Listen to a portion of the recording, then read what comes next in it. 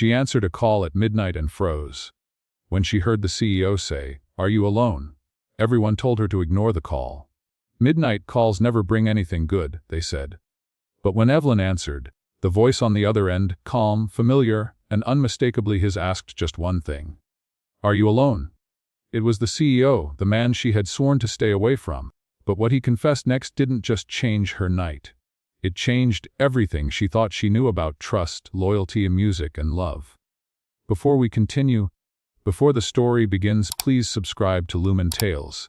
Your support helps me keep creating these long, meaningful stories for you. Now, let's get back to the story.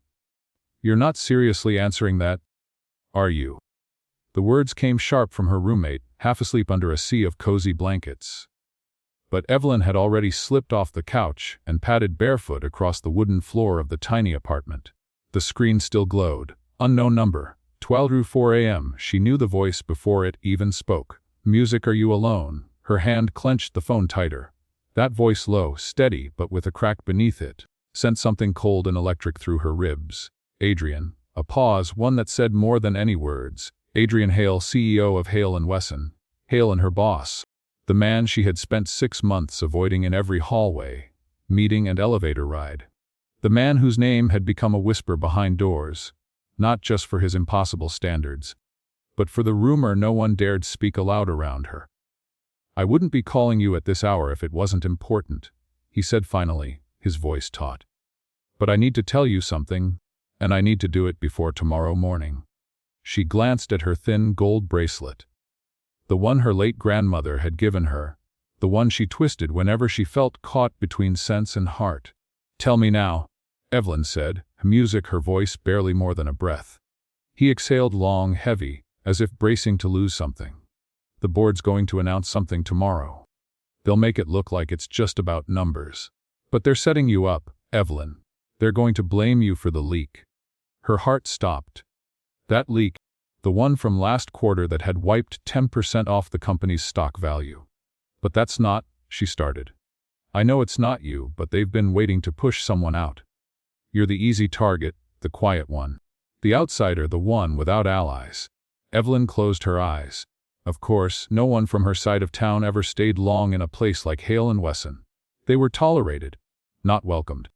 "I'm going to the press tomorrow morning," Adrian continued. "I'm taking the blame. I was the last to sign off on that email chain. I should have caught the risk." The breath caught in her throat. "You're going to destroy your name for this," she whispered. "I'm not doing it for a name." Another pause. "I'm doing it for someone who deserved better than silence." 12 hours earlier, the boardroom had smelled like expensive coffee and discomfort. Evelyn sat 2 chairs from the end, silent, watching men in suits use phrases like damage control and optics, and expendable like they were discussing office supplies. She'd spent the last 3 months piecing together the Q3 financial slides with care so meticulous it had cost her weekends, birthdays, and the last traces of her social life. And yet, when the mistake had been discovered, a minor clause misinterpreted that led to an early product leak, no one looked at the CFO or the legal team. They'd all turned to her. Why? Because she wasn't one of them. The girl from West Delow with the small apartment, the public transit card, and no Ivy League crest on her resume. She'd smiled politely, taken the corrections, but something inside her had stayed very, very still. And Adrian, he hadn't even looked at her. Back in the present, Evelyn curled her toes into the rug beneath her. Her roommate was now fully awake, staring at her with wide, confused eyes. "Is that him?" she mouthed. Evelyn nodded slowly. The world felt sideways. "I don't understand," she said into the phone. "Why now? Why tell me this at midnight? You barely speak to me in daylight." His voice dropped lower. "Because I didn't want this to happen." Hey music, and because he hesitated a breath, then another, as if he were standing at the edge of a cliff trying to find the right moment to jump. "Because I should have spoken up months ago." There was silence. Not the kind that sits awkwardly, but the kind that says we've arrived somewhere we didn't expect. Evelyn blinked, suddenly aware that she was still in her navy sweater, the one with the loose threads at the sleeve cuffs, and her old leggings from college. No makeup, hair messily tied back, and somehow it made the moment feel more real than anything else that had come before. "Where are you?" she asked. Outside? He said. Your street. I've been pacing for 20 minutes. Her knees almost gave out. You're what? Look, I know this is completely inappropriate, and you have every right to slam the door in my face. But she was already walking past her roommate's stunned face through the narrow hallway down the stairs. When she opened the door, the cold air hit first and then the sight of him. Adrian Hale, midnight, disheveled, tie gone, shirt sleeves rolled, and in his hand, of all things, a small folded napkin. He held it out like it was something precious. I didn't come empty-handed, he said softly. I brought the cinnamon roll from Walter's, the last one. You always used to buy one on Wednesdays before that budget meeting. Her eyes fell on the napkin, faint grease stain, sugar crystals still clinging. He remembered that small, sweet micro-victory, broke something in her. She took the cinnamon roll with trembling fingers. They stood there in the quiet, street lights glowing soft behind him. You look exhausted, she said finally. You look amusic, like you've been crying, he replied. Neither denied it. She broke the silence, biting gently into the roll, chewing slowly, not for the taste, but because it kept her grounded. He watched her like a man not sure he was allowed to breathe yet. I thought you hated me, she whispered. He flinched. No, I tried not to care. That was worse. Evelyn stepped back, feeling the warmth of the hallway behind her. You're about to burn your entire career to protect mine. Why would you do that? His answer came without hesitation. Because the truth matters, and so do you. And just like that, her music something changed. She stepped aside. You'd better come in before someone calls the cops. He didn't move at first. Then he followed her quietly into the light, and behind them, the door clicked shut. The soft click of the apartment door behind them echoed louder than expected, like a line had just been crossed. Evelyn stood by the kitchen counter, arms folded, cinnamon roll half eaten on a napkin beside her. Adrian hovered awkwardly near the doorway, not quite sure if he was a guest or a criminal. She watched him with the kind of calm that came after too many long days and silent elevators. He looked taller under her kitchen light, paler, too. That expensive shirt creased at the elbows, his jaw tight like he hadn't eaten. Well, she asked quietly, say what you came here to say. He looked around. The apartment was small, 2 rooms, a music pale walls, lived in warmth, a chipped mug drying by the sink, an old family photo tucked into the corner of a corkboard. Nice place, he murmured. Adrian, she said, her tone clipped. The truth, he met her eyes. The leak wasn't just a mistake, he said, it was engineered. Evelyn's arms dropped to her sides. What do you mean? He stepped forward slowly, careful not to cross her invisible line. Someone fed it through your chain on purpose. They knew it would root through your folder before going to exact review. It made it look like you sent it. And who is someone? He looked away. She laughed, a bitter sound. Of course, you still won't say it. Because if I name him without proof, I can't protect you, Adrian said. I've spent the last 2 weeks trying to track the metadata from the send path. I've almost got enough to link it to Elliot. Evelyn's heart sank. Elliot Reed, VP of Strategy, tall, charming, with a smile so polished it felt rehearsed. He was one of the golden boys. The kind that always had a way out, always had someone else to blame. He's on the board, she said quietly. They won't believe you. They will if I confess, Adrienne replied. If I say it came from me, they'll close the loop. No investigation, no blood. Just your head. He gave a tired smile. Wouldn't be the first time. They stood in silence, the cinnamon roll growing stale between them. I should have come to you sooner, he said. Back when the rumors started. When the whispers were going around about the pretty analyst from West who got too far too fast, Evelyn bristled. I heard it too, she said, but I thought maybe I didn't belong enough to be worth defending. Adrienne's jaw tightened. That's not why I stayed quiet. Then why? He looked at her. Truly looked at her. Because I knew if I got close, I wouldn't be able to stay away. Her breath caught, and I thought, maybe you deserved better than being some secret distraction for a man who's married to his job. Her face softened, but her voice remained steady. You're doing this to make peace with yourself, not for me. I'm doing this, he said, because you're the only person in that whole building who does the work without stabbing someone in the back. Because I should have shut it all down the second Elliot started circling. And because he stopped. She waited, but he didn't finish the sentence. From the hallway, Evelyn's roommate popped her head out, hair a mess, face half curious, half suspicious. "Hey, do I need to call someone or is this a forgive him moment?" Evelyn managed a tight smile. "Or fine Laya." Adrian cleared his throat. "I'll go. I just needed you to know what's coming tomorrow." Evelyn followed him to the door. "Wait," he turned. She handed him the second half of the cinnamon roll, still warm from where her fingers had held it. "You haven't eaten, and you look like a man who's been surviving on caffeine and guilt." He took it slowly. Their fingers brushed for a second, just long enough to register something neither wanted to name yet. "Thank you," he said softly. "Don't thank me yet," she replied. "If you're really going to the press tomorrow, I want to be there." He blinked.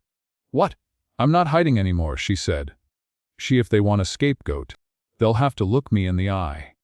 Adrian looked at her like she'd just surprised him, like something he thought fragile had revealed steel. And then he nodded. "I'll call you in the morning." After he left, Evelyn sat at the kitchen table, staring at the gold bracelet on her wrist, a small, quiet thing. Her grandmother had always said, "Dying is when you keep your truth, even if no one listens." Tonight, someone had listened, and he had brought cinnamon. At exactly 7:45 that morning, Evelyn's phone buzzed. A new message from an unknown number. "Check the company email. It's already started." Ah, she opened her inbox. At the top, a company-wide email from the Hale and Wesson board. Subject: confidential HR investigation. Office of the CEO. Her stomach dropped. Evelyn sat frozen in her desk chair.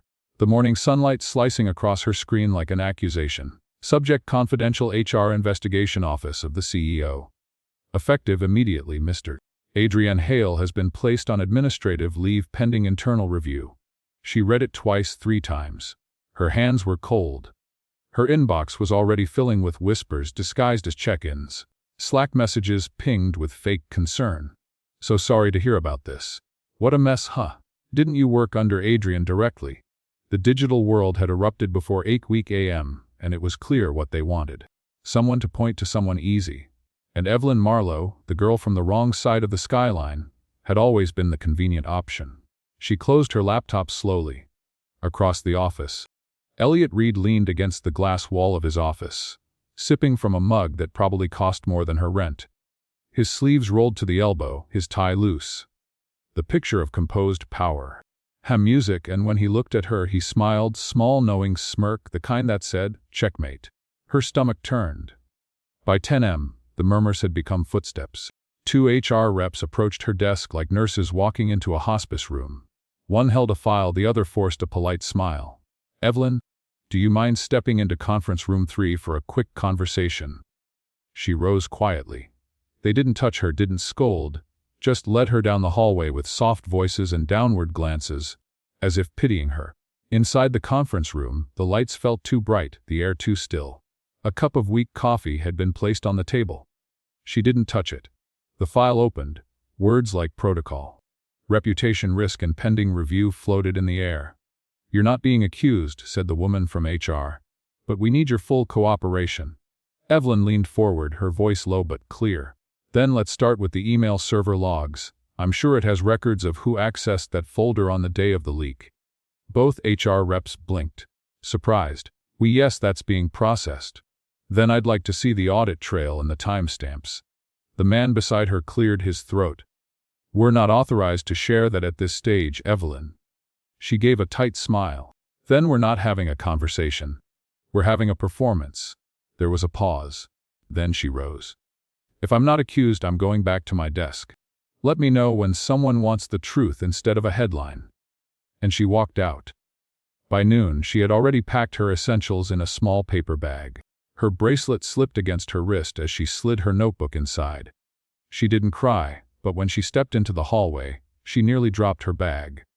Someone had left something by her monitor. A coffee. Not corporate, not from the office kitchen. Real rich, from the local cafe 3 blocks down. The one she used to visit before those budget cuts meant skipping daily luxuries. And under the cup, a napkin folded neatly, 4 words written in black ink, "You are not alone." She stared at it, throat tight. Music, then, from the corner of her eye, she saw movement. Mira from marketing, mid-50s, always impeccably dressed, known for her nonsense attitude, gave her a tiny nod from across the floor. She'd never spoken more than a sentence to Evelyn. But right now, that nod said everything. "I am music, see you." And just like that, a tiny breath of warmth broke through the fog. By 1:30, even the cafeteria noise couldn't drown out the whispers.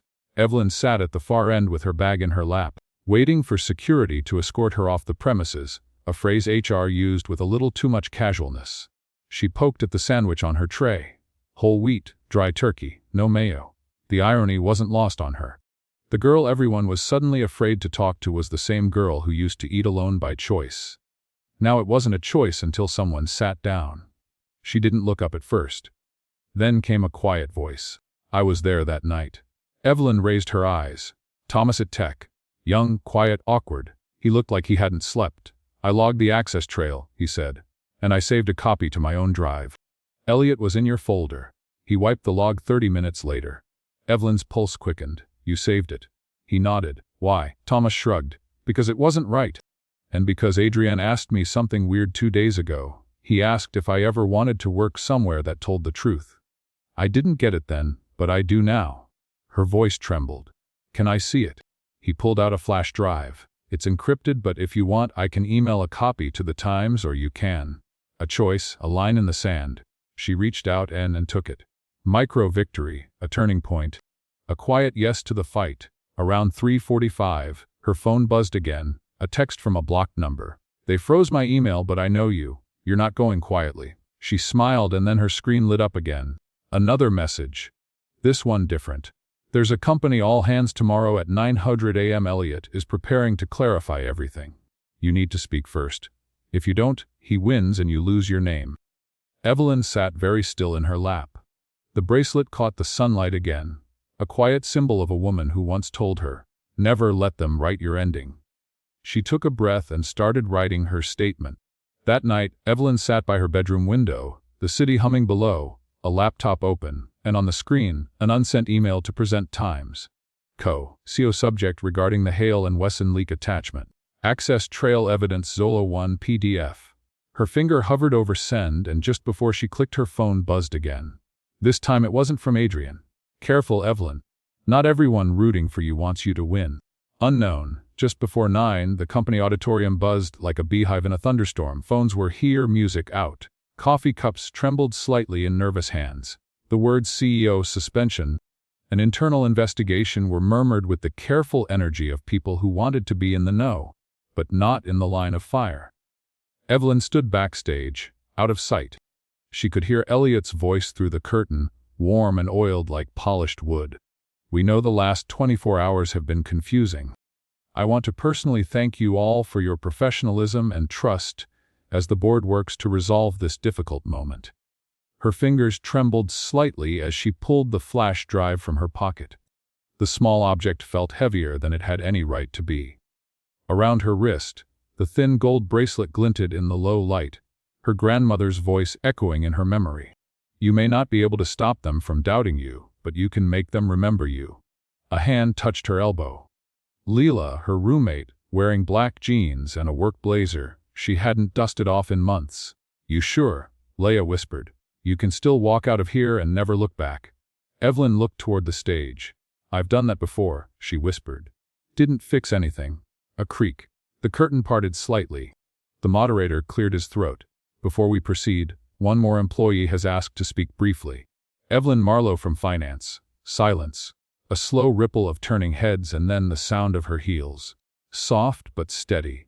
As Evelyn stepped into the light, she didn't go to the podium. She stood center stage, flash drive in one hand, the other resting gently over her bracelet.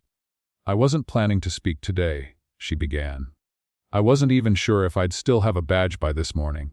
A single awkward laugh escaped from the middle row. She didn't smile. "But I figured if they're going to use my name in closed-door meetings and company-wide whispers, I should at least have the right to say it first." Her voice was calm. Not loud, but clear. "I'm Evelyn Marlowe, and I didn't leak anything." Gasps. Not loud, but real. "I've been accused softly through silence. I've had people avoid my desk, retract lunch invites, and say things they think I can't hear. I'm used to being invisible. But today I'm not disappearing for anyone." She lifted the flash drive. This contains metadata and access logs that show who entered the confidential folder and rerouted the email that led to the product leak. It wasn't me. She turned her head and looked directly at Elliot. It was someone with motive, someone with enough access to clean their tracks, but not enough integrity to take the consequences. Now the murmurs were louder. Elliot rose from his seat slowly, hands raised, his laugh charming, a performance. "This is highly inappropriate," he said, "and illegal. We don't allow employees to conduct digital forensics outside of it." "Which is why Thomas from IT signed an affidavit this morning," Evelyn interrupted, holding up another folded sheet. "Along with a copy that's already been forwarded to our legal team." Eyes widened. Elliot's charm thinned. "You don't know what you're doing." "No," Evelyn said, stepping closer to the edge of the stage. "I know exactly what I'm doing. I'm refusing to let someone else decide my worth." A beat of silence, then applause scattered, hesitant at first, then growing. Mara from marketing stood, then Thomas, arms folded, then a wave of others. Some she knew by name, most she didn't, standing, clapping louder now, not just for her, but for every quiet person who'd ever been cornered in a boardroom by people in better suits. Elliot turned on his heel and walked out. And Evelyn Marlowe. She stood taller than she ever had before. By 10:15 she was back in her office. The desk was cleared now, stripped bare, and in the quiet, a single envelope waited where her things used to be. Inside, a handwritten note. "Evelyn, well done." Beneath it, a business card, but it wasn't from Hale & Wesson. It was from a private investment firm. Hale & Whitman partner Hale. She blinked. He hadn't just taken the fall. He'd stepped aside completely. By 12:34 they had found each other again over soup and grilled cheese in a quiet corner of Walter's. The cafe where cinnamon rolls came wrapped in napkins and reputations weren't required for service. Adrian looked different. Tired, yes, but lighter. She set her phone down, face up. "You didn't tell me you resigned." He shrugged, sipping his soup. "Didn't want to pressure you. You deserved your own moment. I don't want to be your charity case. You never were. Then what am I?" He paused. "The person I should have been brave for sooner." That silence again, the heavy honest one. And then a smile tugged at her lips. "You're terrible at grilled cheese, by the way." He looked mock offended. "You haven't even tried it." "I don't need to. You cut the crust off like a toddler. It's charming. It's worrying." They laughed. The first real one in days. And for a moment, just a moment, the chaos faded. Just soup, bread, and two people with no reason to pretend anymore. As they walked outside, the wind colder now, Evelyn slipped her hands into her coat pocket. She felt the bracelet slide slightly along her wrist. Light, warm, grounded. Adrienne reached for her hand. She didn't pull away, but before she could say anything, her phone buzzed again. Confidential from Legal Depth Hale Wesson. Com. Subject internal request. Statement from Evelyn Marlowe. "We're reopening the case. Elliot Reed has requested a formal hearing. You've been subpoenaed for internal testimony." On Tuesday morning, just after 9, the glass walls of the Hale & Wesson internal hearing room made it feel more like a showroom than a courtroom, sleek, cold. Designed to impress or intimidate. Evelyn sat at the long table, a copy of her subpoena in front of her, fingers lightly touching the edge of her bracelet. It had become her armor. Beside her sat a company-assigned advisor, neutral, tight-lipped, and already checking his watch. Across the table, Elliot Reed, flanked by two legal reps, hair perfectly parted, suit immaculate, expression calm. As if none of this was personal. As if he wasn't the one who tried to set her entire life on fire. A soft cough broke the silence. The company's chief legal officer, a tall woman with silver-framed glasses and a sharper gaze than anyone else in the room, cleared her throat. "Let's begin," she said. "This is an internal review hearing regarding the events of the Q3 product leak. Evelyn Marlowe, you've been asked to testify based on new evidence presented during last week's company address." Evelyn nodded once. "I understand." Elliot leaned forward, his tone syrupy smooth. "I'd like to remind everyone that Ms. Marlowe's accusations were presented without legal vetting. No court has found me guilty of anything." "No court has found me guilty either," Evelyn replied. Her voice calm. "But that didn't stop you from feeding my name to the board, did it?" A flicker in his expression. She mused brief, but it was there. The legal officer turned to Evelyn. "Ms. Marlowe, please begin by stating your involvement with the file in question." Evelyn stood, I built the Q3 strategy deck.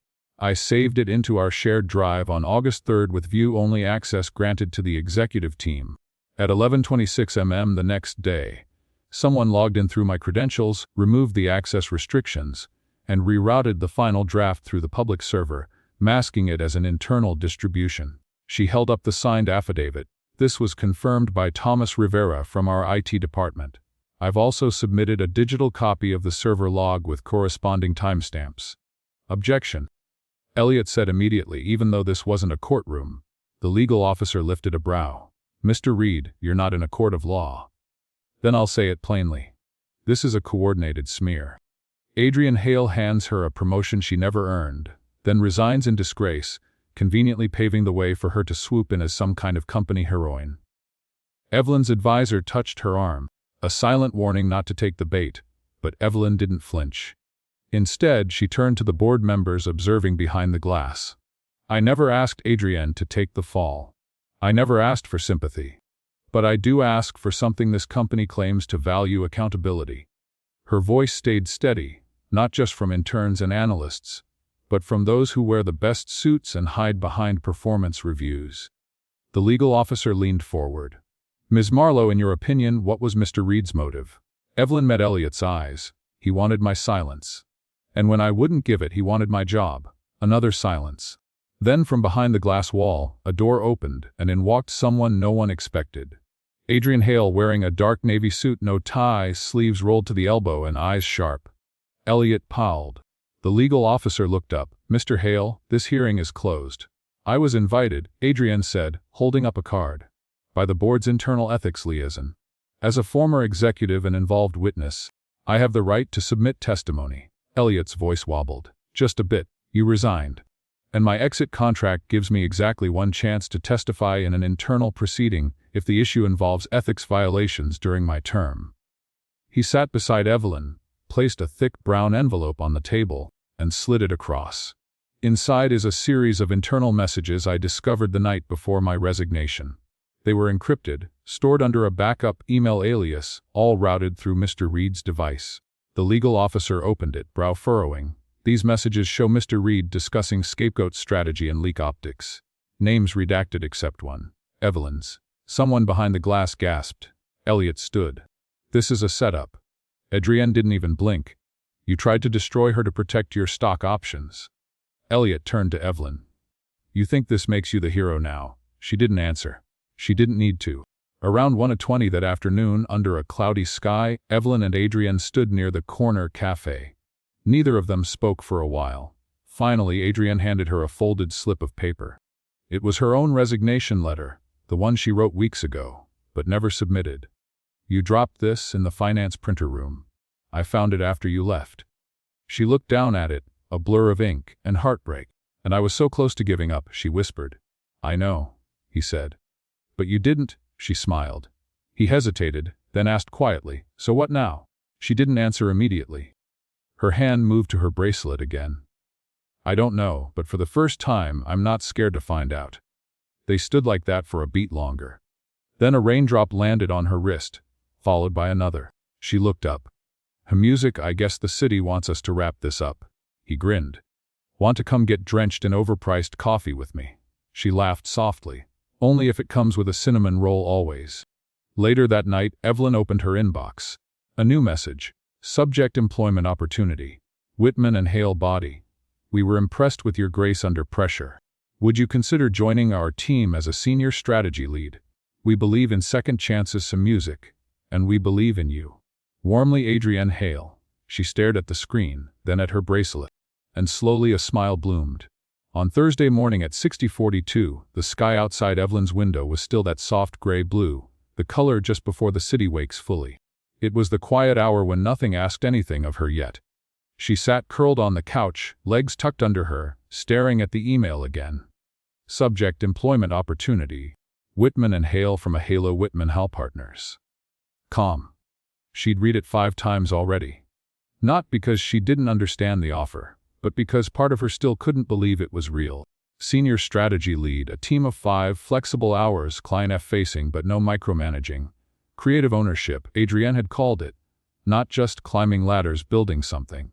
A bigger salary, a cleaner desk, a new start. But beneath that, a line she couldn't stop rereading. We believe in second chances and we believe in you. Laya stumbled into the living room with one eye open and a mug that said, "World's okayest roommate." "You're staring at that screen like it owes you child support," she mumbled. Evelyn chuckled. "It kind of does." Laya yawned, sat beside her, and glanced at the email. Then, without missing a beat, she said, "So, you gonna say yes?" "I don't know," Evelyn replied, voice quieter now. "What if I'm just trading one power imbalance for another?" Laya raised a brow. "You mean Adrian?" She nodded. "You think he's offering you a job because he feels guilty? Or because he feels something else?" Laya didn't laugh. She didn't tease. She just looked at her. Really looked. "Do you want the job?" Evil blinked. "I think I want the chance to want it on my own terms." "Then go see him," Laya said, sipping her coffee. "But don't go as a girl waiting to be chosen. Go as the woman who already did the choosing." By 11:18 that morning, Evelyn was at the Whitman and Hale office in Midtown. The building was everything Hale and Wesson wasn't. Warm light, open spaces, real plant, not just expensive decor. It felt human. A young receptionist greeted her with a smile that didn't feel rehearsed. "You must be Evelyn. He's expecting you. Just down the hall. Second door on the left." She walked slowly. The second door was open, and there he was. Adrian Hale in a crisp white shirt, sleeves rolled, collar open, glasses perched on the edge of his nose. Reviewing something on a tablet with the focus of a man used to solving problems without raising his voice. When he saw her, he smiled. Not the CEO smile, not the public one, the soft one. "You came." She stood at the doorway for a moment longer, still deciding. He rose. "Would coffee help? We've upgraded." "No more burnt-off sludge." She stepped inside. "I brought my own today. It's part of my dignity clause." He chuckled. Reasonable. They sat opposite each other. The silence wasn't awkward, it was full. After a moment, he slid a simple folder across the table. "No pressure, no expiration date. Read it when you're ready." She didn't open it yet. Instead, she looked at him. Really looked. "You really meant it?" she asked. "This isn't charity or penance." Adrian leaned back in his chair. "Evelyn, I didn't build this company just to make money. I built it to hire the kind of people who were always overlooked in places like Wesson. People like you." A beat passed. "I didn't fall for you because you're beautiful, though you are," he added gently. "I fell because you kept your dignity when no one else gave you room to breathe. I offered you this job because you're the smartest strategist I've met in years." She swallowed hard. "And if I say no," he nodded, "then I'll keep rooting for you from a distance. And I'll probably spend the next year regretting it." That made her laugh finally. "Okay," she said softly. "Let me ask you something." "Anything." She leaned forward. "If we work together again, are we colleagues? Friends or something else?" He hesitated, not because he didn't know the answer, but because he wanted to say it right. "We start as partners," he said. "We build trust from the ground up. No games, no secrets." And after that, he met her gaze with a look that was firm, open, and just vulnerable enough to make her heart ache. "After that, I'd like to earn the right to be more." That afternoon around 1, Evelyn sat in a small cafe in Lower West, across from someone she hadn't seen in months, her mother. They shared a slice of apple pie and 2 cups of tea, and for the first 20 minutes spoke only about weather and parking. Then her mother, a woman with a soft voice and eyes that had seen too much loss, reached across the table and took her daughter's hand. "Your father would be proud," she whispered. Evelyn blinked fast. "He always wanted me to be safe. I'm not sure this is that." Her mother smiled faintly. "He wanted you to be free. And you look like yourself again." That nearly broke her. They finished the pie quietly, the weight between them shifting from years of quiet disappointment to something gentler like trust rediscovered. That evening, back home, Evelyn finally opened the folder Adrian had given her. Inside, music, a signed offer letter, a 1-page project outline, a personal handwritten note. "If you accept, your first assignment is simple. Choose the clients we help, build the rules, and teach me how to lead with my heart the way music you do." She smiled, then pulled out a pen. But before she could sign, her phone buzzed. New message. Unknown number. Think carefully. Evelyn. Power doesn't change people. It reveals them. No name, no context. But something about it didn't feel like a threat. It felt like a warning. On Monday morning, Just after 8, the elevator rose in silence, broken only by the hum of soft jazz playing through hidden speakers. Evelyn stood alone, her reflection clear in the mirror-polished doors, hair softly curled. Navy blouse tucked perfectly into charcoal slacks, her grandmother's gold bracelet resting lightly on her wrist. Her first day she had signed the contract, and more than that, she had made a decision this time. No shrinking, no waiting to be invited into the room. She would be the room. The elevator chimed at the top floor. She stepped out into a space flooded with natural light, the music, the skyline visible from nearly every corner. A woman with short silver hair greeted her at the reception desk. "Welcome, Ms. Marlowe," she said kindly.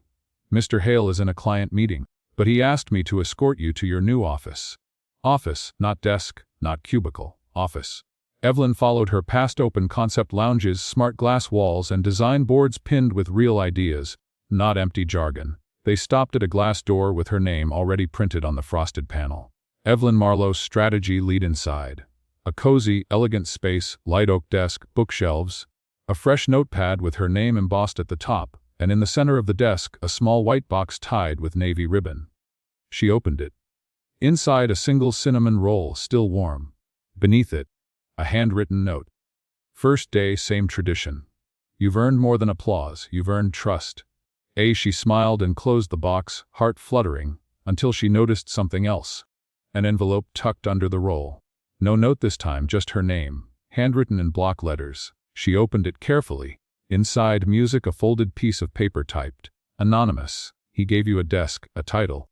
But not the truth. There's a room on the 17th floor. Music enlisted. Badge access only. If you want to know what he's hiding, go there before the end of the day. No signature, no explanation, just a key card. Blank." By 1:45 that afternoon she was back on the 17th floor of Whitman and Hale. She shouldn't have come. She knew that. And yet there she stood in a corridor with no windows, no labels, no sign of life. Just one door at the end, matte black, no handle. Her fingers hesitated over the card. Aine wasn't naive. She didn't believe in fairy tales. She knew success often came wrapped in shadows. But Adrian had promised transparency. And someone clearly thought otherwise. She slid the card. The door clicked open. And what she saw wasn't a hidden scandal. It was a war room. Screens lined the walls showing real-time project analytics. A massive table at the center held blueprints. Client strategies marked up legal memos, and on the far side, pinned to a corkboard, were printed photos of her in the boardroom at Hale & Wesson, speaking at the company hearing, smiling beside her mother outside the cafe, her breath caught. A soft sound made her turn. A man stood in the corner, mid-40s, sharp, suited, hands behind his back. "Miss Marlowe," he said with a nod. "You found the room? Who are you?" "My name's Marcus Crane, partner, investor, and co-founder technically, though Adrian tends to take the spotlight." Evelyn's eyes narrowed. "You've been watching me. We've been evaluating you," he said. "It's what we do before offering leadership positions. Standard due diligence." "Does standard due diligence involve photographing my mother?" "No," he said flatly. "That part wasn't mine." A pause. "Then, whose was it?" He crossed the room, removed a document from the table, and handed it to her. Internal strategy memo, subject Ember, asset target Evelyn Marlowe. Objective observe, vet position for strategic appointment. She scanned the lines, her name repeated over and over. Test loyalty, track public speaking, evaluate risk of emotional influence. It read like a game, like she wasn't a person or just a strategic variable. Her stomach twisted. "So this whole offer..." Marcus shook his head. "Not a music trick, just not the full story. You were on our radar long before Adrian stepped down." "Why?" "Because people like you don't stay invisible for long." Evelyn folded the paper carefully. "Does he know I've seen this?" "Not yet." "Will he care?" Marcus gave her a long look. "That depends." "Do you?" At 40:12, she stepped into Adrian's office. He was alone. He looked up, surprised but only for a moment. Then his expression shifted. Not guilty, not defensive, just braced. "You saw it." She closed the door behind her. "You knew." "I knew Marcus would vet you. I didn't know they'd keep a file that read like a surveillance op." "You let them track my mother." Adrian, his jaw tightened. "I told them to stop. The moment I found out I pulled the file, they went around me." "Why didn't you tell me?" "I was trying to protect you." "I know that sounds paternalistic, and it was. I made the wrong call." Her voice broke. From what? He stood, walked toward her slowly. From the truth that this world, the one I built, doesn't always play clean. She looked up at him. And what if I'd found out from someone else? What if I never found out? He was silent. Finally, she stepped back. I don't want to be your project, Adrian. I don't want to be someone you save. You're not. Then tell me what I am. He looked at her like she was sunlight on water. Beautiful, sharp, and just out of reach. You're the one thing I didn't plan for, he said quietly. And the one thing I don't want to lose.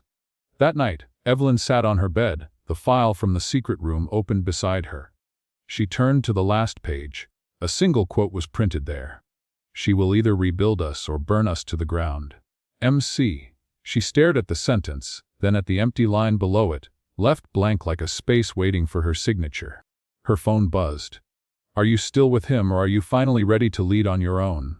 Unknown. On Wednesday evening, just before 7, Evelyn found herself at the Golden Quill Bistro in Midtown. She wasn't sure what made her accept the dinner invitation. Maybe it was the handwritten note Adrian had left on her desk. Just dinner, no business. No pretending. Maybe it was the voice in her head that whispered, if you don't ask now, you'll always wonder what he would have said. Or maybe it was exhaustion. Because trust wasn't something you gave after betrayal. It was something you tested one moment at a time, and tonight was a test. She stepped through the restaurant's arched doorway, greeted by the soft clinking of silverware and a low jazz trio in the corner. Candlelight flickered across the stone walls. It was the kind of place you brought someone when you didn't want them to feel rushed. Adrian stood as she approached the table. He wore no tie, his shirt unbuttoned at the collar, and his expression was unreadable. Thanks for coming, he said. I almost didn't. I would have deserved that. They sat in silence for a few moments. A waiter came, took their orders, wine for him, sparkling water for her, and disappeared with a nod. Evelyn folded her napkins slowly. You could have told me about Marcus, about the file, about Project Ember. I should have, he said. No excuses. She raised an eyebrow. That's it. No, he said softly. There's more, but I wanted to start with the part most men skip, admitting they were headed music or wrong. That caught her slightly off guard. He leaned forward, elbows on the table. When I left Hale & Wesson, I told myself I was walking away from the old world, the politics, the maneuvering. But Marcus, he built this place on precision. He thinks people are pieces, data, calculations. And you let him treat me that way. Yes, he said, because I didn't think he'd go that far, because I thought I could fix it quietly, and because part of me thought maybe it wasn't so wrong to want to make sure you were real. She looked down at the tablecloth. And what did you find out, Adrian? Am I real enough for you? He didn't hesitate. You're more than I ever deserved to sit across from. Her throat tightened, he went on. The file wasn't about whether you were qualified. That was never in question. It was about whether you'd stay or leave, whether you'd break or bend, whether you could lead without needing to destroy. She looked up. And your verdict? His voice lowered. I think you scare them, and I think that's good. The first course arrived. Soup and warm bread, a soft hum of comfort amid all the cold truths. They ate quietly for a few moments, and then Adrian asked the question Evelyn had expected all evening. What are you going to do?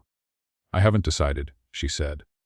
Part of me wants to walk away, start something of my own, something clean, and the other part. She met his eyes. Wants to stay, take the offer, have music, and rewrite the rules from the inside. He smiled, not with pride, but with relief. That second part sounds like the woman who stood up in front of 100 people and turned their assumptions into ash. She tilted her head. But can I trust the person offering the job? His answer came without pause. No, not yet. But I'm not asking you to trust me. I'm asking you to let me earn it. Just after 8. Outside the bistro, rain was falling soft and misty like a secret. They stood under the awning, neither making the first move to say goodbye. I can't promise I'll stay, Adrian, she said. Not if I keep finding out things through locked doors and anonymous notes. Then I'll leave them open, he said, her brow arched. All of them. Even the ones I'm scared to look through. She almost laughed. Not at him, but at the sincerity behind that simple confession. He held out his hand. Let me drive you home. She hesitated, then took it. By 9:03, they had reached her apartment in West Dallow. The drive had been quiet, but the kind of quiet that meant everything had been said. And not a single word had been wasted. When they pulled up, Adrian turned off the engine, but didn't move. "I meant what I said in that file," he said suddenly. She turned. "Which part?" "The part that said you'd either rebuild us or burn us to the ground." She smiled. "You wrote that," he nodded. "And for what it's worth, I hope you do both in the right order." She reached for the door handle, then paused. "Adrian," he looked at her. "I don't want to be your exception. I want to be your equal." He exhaled like someone who had been holding his breath all day. "You already are." Later that Evelyn opened her laptop. The screen glowed softly in the dark. 2 emails sat in her inbox from Marcus Crane. Subject: Project Ember. Status update. "Evelyn, if you plan to move forward, we need an answer by end of week. Otherwise, we'll offer the lead role to someone else." From unknown subject: "She's still watching. You think the test is over. It's just beginning. Marcus isn't the problem. He's just the front." Below it, an attached photo, black and white, grainy. Evelyn and her music mother sitting at the cafe. Taken that afternoon, her blood ran cold. On Thursday morning at 7:12, Evelyn sat in her apartment staring at the photo glowing on her screen. It was unmistakably recent. She was laughing, a rare kind of open laugh, holding a paper cup in one hand and reaching to tuck a strand of her mother's hair behind her ear. The angle was slightly elevated, like it had been taken from a rooftop. Deliberate, watching, she closed the laptop and sat very still, not afraid, not yet. Her grandmother's bracelet slid slightly down her wrist as she stood and walked to the window. The city was already waking up, but Evelyn felt something deeper, like the air had changed. Like someone somewhere wanted her to feel small again. She texted Laya, "Can you check on my mom today? Just in case." Seconds later, "Always. What's going on? I'll explain later. Stay close." Evelyn dressed carefully that morning. Navy blazer, slacks, hair tied back, understated gold earrings. The kind of look that said, "I am not intimidated," even if part of her was, because whoever sent that photo knew exactly what they were doing. And now it was her move. By 9:20 she was already on the executive floor at Whitman and Hale, bypassing her office and heading straight for the internal elevator, the one only partners and founding execs used. The receptionist blinked. "Ms. Marlowe, ham music, I have a meeting," Evelyn said. "They're expecting me." The elevator doors closed before anyone could stop her. Floor 18 access. Marcus Crane's private suite. She'd never been there. She hadn't even known it existed until last night. But this was no longer about protocol. It was about who was watching her mother from a rooftop. By 9:26 she was standing in Marcus Crane's office. The room was all glass and steel, sleek, cold. Not a single paper out of place. Marcus sat behind the desk sipping espresso. He didn't look surprised to see her. "Miss Marlowe," he said calmly. "To what do I owe this unannounced visit?" She walked straight to the desk and set her phone down. The photo was still on the screen. He glanced at it, then leaned back slowly. "I assume this is your way of asking if I'm the one who sent it. Did you?" "No." Her eyes didn't blink, "But you know who did." Marcus exhaled. "Evelyn, you're very bright. But you're walking into a world where not everyone plays chess. Some of us play bridge, quiet, deadly, and with partners you never see until the last card falls. You're threatening my family. I'm telling you that this position, this rise you're climbing, comes with shadows. We vet more than strategy. We vet loyalty, legacy, weak points." She didn't flinch. "Then vet this. You so much as send another photo near my mother. And I won't go to HR. I won't go to Adrian. I'll go public. You'll have reporters outside your townhouse before your next glass of imported wine." A flicker of something in his expression. Not fear, but respect. "You think you can scare me?" he asked. "No," she said, "but I think I can inconvenience you. And men like you hate that more." They locked eyes. Then Marcus stood slowly, walked to a small locked drawer and pulled out a plain manila folder. He placed it on the desk. "This is the full file. Everything we gathered on you, including the photos you didn't see." Evelyn's jaw tightened. "And why give it to me now?"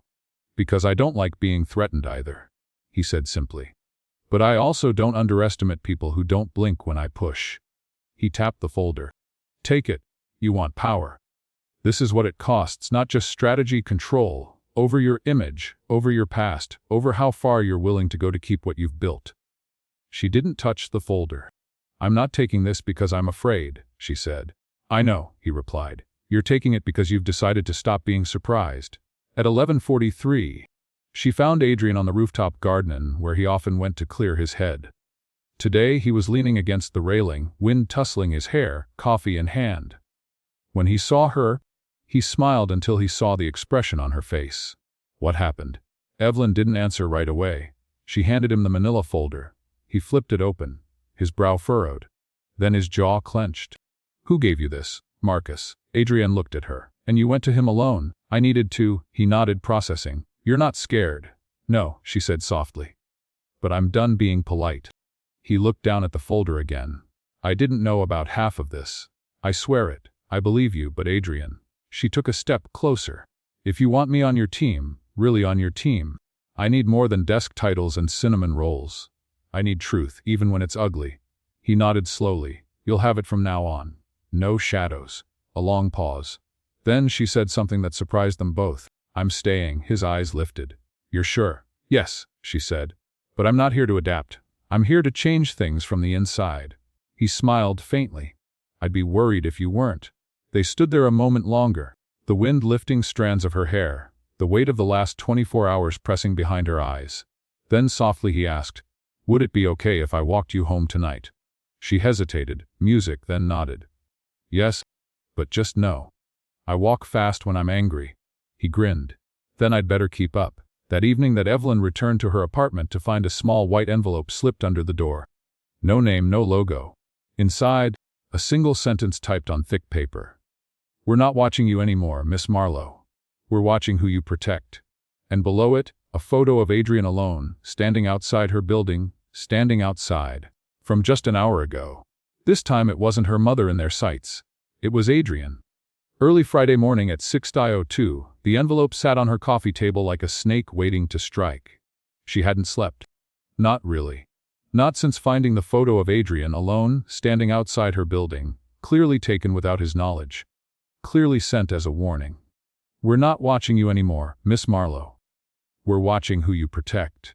Evelyn sat with her knees tucked to her chest, cradling a mug of cooling coffee in her hands. She should have been panicked or furious, but instead she felt quiet. There was a moment when fear turns into something sharper, something useful, resolve, because whoever sent that message wanted her to play defense. But Evelyn Marlowe had never been built to cower. By 9:14, she was back on the 17th floor of Whitman and Hale, and this time she walked into Marcus Crane's office without knocking. She wasn't wearing fear anymore. She wore fire. He looked up from a spreadsheet. Ms. Marlowe, I need to know if this is you, she said, tossing the photo onto his desk. Music, his brow furrowed. He picked it up, examined it, didn't flinch, didn't blink, just studied it like it was a financial report. I assume this was delivered to your apartment. She didn't answer. She didn't need to. Marcus set the photo down and leaned back. Not me, but not entirely outside my reach. Evelyn narrowed her eyes, meaning he exhaled. There are private interests that fund certain tiers of this firm. Interests who value risk containment. And yes, sometimes they act without consulting me. They've been watching you since Hale and Wesson. They weren't thrilled you survived that fire. Some of our biggest backers, the ones Marcus half-jokingly calls the Invisible Council, have enough autonomy to act outside formal channels. She folded her arms. And Adrian, his resignation unexpected. His continued presence in your life inconvenient to them, not to me. She stared. You're talking about investors, he nodded. And power brokers, men and women who believe emotion is a liability. They want strategy, not softness. And they see your connection to Adrian as leverage. Her stomach turned, but her voice didn't shake. You're telling me they'll go after him just because he cares about me. Marcus didn't answer, which was an answer in itself. At 11:31, Evelyn stepped into the Midtown Archive Cafe. The bell chimed softly above her. The place was quiet, wood-paneled, filled with a faint scent of espresso and old books. Adrian was already there, sitting at a window seat, flipping through a folder. He looked up as she approached. His face softened. You didn't call, he said gently. I was worried. She sat across from him, pulled the envelope from her coat, slid it across the table. He opened it, saw the photo, and froze. He began. I know, she said. They're escalating. He shook his head slowly, jaw clenched. They're watching me now. They're using you to pressure me." He looked up. "And what do they want you to do?" "Distance myself. Step down, disappear." "Are you going to?" "No." His eyes searched hers. "Then they'll keep coming. I know." Adrian leaned back, running a hand through his hair. "I thought I could protect you by building a softer version of the old world, but I brought wolves in with me." Evelyn reached across the table and gently touched his hand. "Adrian, I don't need you to protect me. I need you to stand beside me." He turned his palm up, threading his fingers through hers. "Then let's burn it all down," he said. She smiled faintly. "Not yet. First we outsmart them." At 2:58 that afternoon, Alan called a meeting in the strategy wing of Whitman and Hale. Not an invitation, a directive. Oh. In the room, Mira from marketing, Thomas from IT, Jordan from legal, a few others who had helped her back at Hale and Wesson, the quiet allies, the ones who believed in integrity and music over optics. She closed the glass door behind her and turned to the group.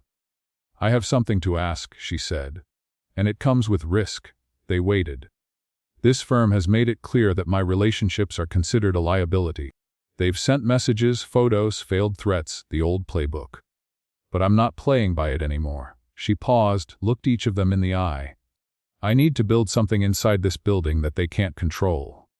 A division, quiet, protected, strategic, but independent, values-forward, transparent, where talent doesn't come second to bloodlines." Mira raised an eyebrow. "And what will you call it?" Evelyn's voice was steady. "The Marlowe division," a beat of silence, then Thomas grinned. Mira nodded. Me too." One by one they said yes. Not loudly but firmly. And just like that, a new structure began to take shape. Not a rebellion, a reformation. Later that night, Evelyn received another envelope, plain white, no return address. Inside, a single page from a confidential investor report, her name circled 3 times in red. And a line scribbled across the margin, "You want the crown, Evelyn? And wear it and learn what it costs." Beneath it, a final note: "Next target, Hale." Her hands tightened around the page, and this time her fear turned into fuel. On Monday morning at 7046 City outside Evelyn's office pulsed with quiet urgency, horns, footsteps, and the restless hum of ambition. But inside she sat completely still. The investor document lay open on her desk. Her name circled 3 times. The words "next target." Hale etched in red like blood that hadn't dried. They weren't just trying to control her anymore. They were sending a message. "If you won't bend, we'll break the ones who stand with you." She should have been scared. Instead, she felt sharp, focused. They had tried everything. Whisper campaigns, reputation sabotage, surveillance, veiled threats. Now they were coming for Adrian. So be it, she thought.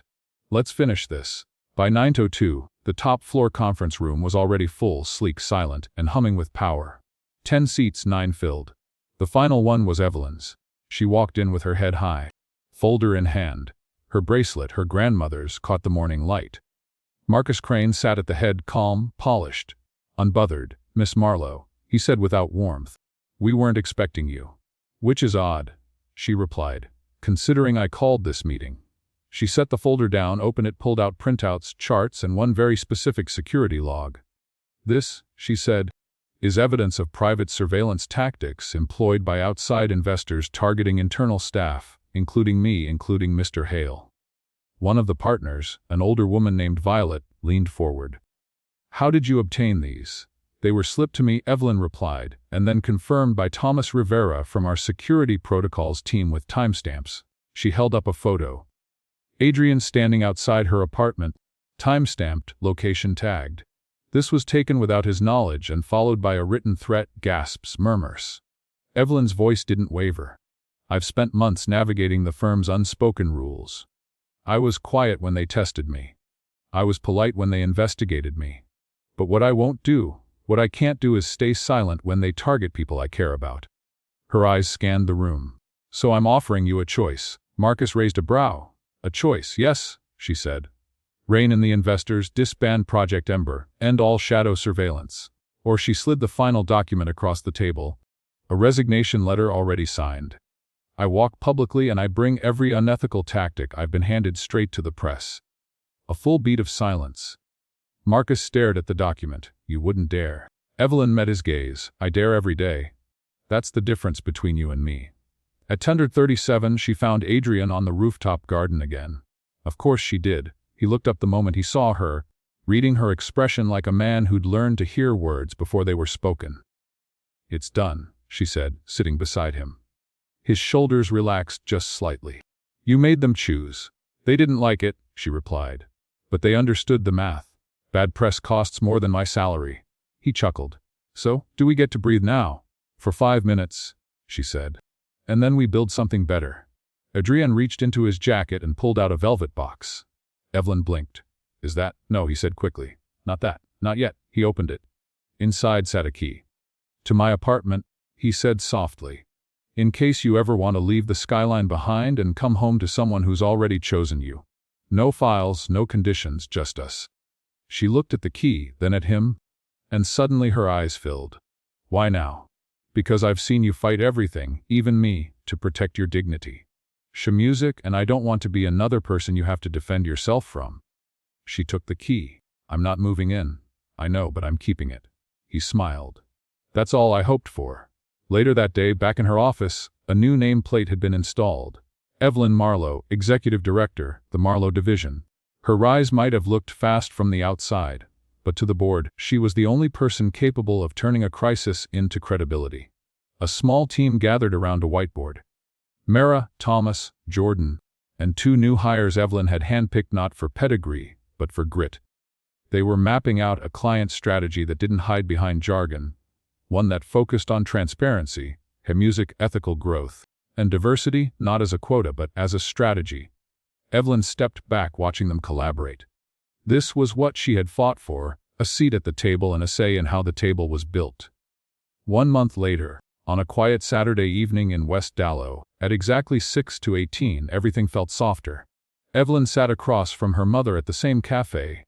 A warm breeze blew through the trees lining the street. Her mom looked at her over a shared cinnamon roll. "You look different." Evelyn smiled. "I feel different." "Not harder," her mom added, "just brighter. Like you came through something." "I did." Her mother reached across the table, brushed her fingers lightly over Evelyn's bracelet. "You wore this even when it got hard." "Especially when it got hard." They sat in companionable silence for a while. Then her mom leaned in. "Is Adrian part of the brightness?" Evelyn hesitated, then smiled. "He's not the light, but he doesn't block it." That evening, as the sky dimmed and the city exhaled, Evelyn walked home alone. The streets of West felt softer now, familiar hers. Evelyn had her suspicions about the envelopes, someone who had been watching her rise and fall, not to harm her, but to see how far she would go before she bent. As she turned the corner, a small envelope fluttered out from under her apartment door. She bent to pick it up. This time, no threats, no photos, just a card. Cream-colored, handwritten. "You passed the test, Ms. Marlowe. There was never a crown. Error, only the mirror, and you didn't look away." Inside was a single word: respect. Evelyn held the card for a long moment. Then she heard footsteps behind her. She turned. Adrian stood there, music hands in his pockets, breath visible in the cool night air, not expecting anything, not demanding anything, just there, for once. No walls stood between them. Ellen stepped toward him slowly, deliberately, and she kissed him, not rushed, not hesitant, but with the quiet certainty of someone who had fought for her place in the world, and was now choosing who she wanted beside her in it. His hands moved gently to her waist. She rested her palms against his chest. The city hummed around them, but the moment belonged only to the two of them. There was no need for declarations. The kiss said everything. They weren't just together. They had chosen each other.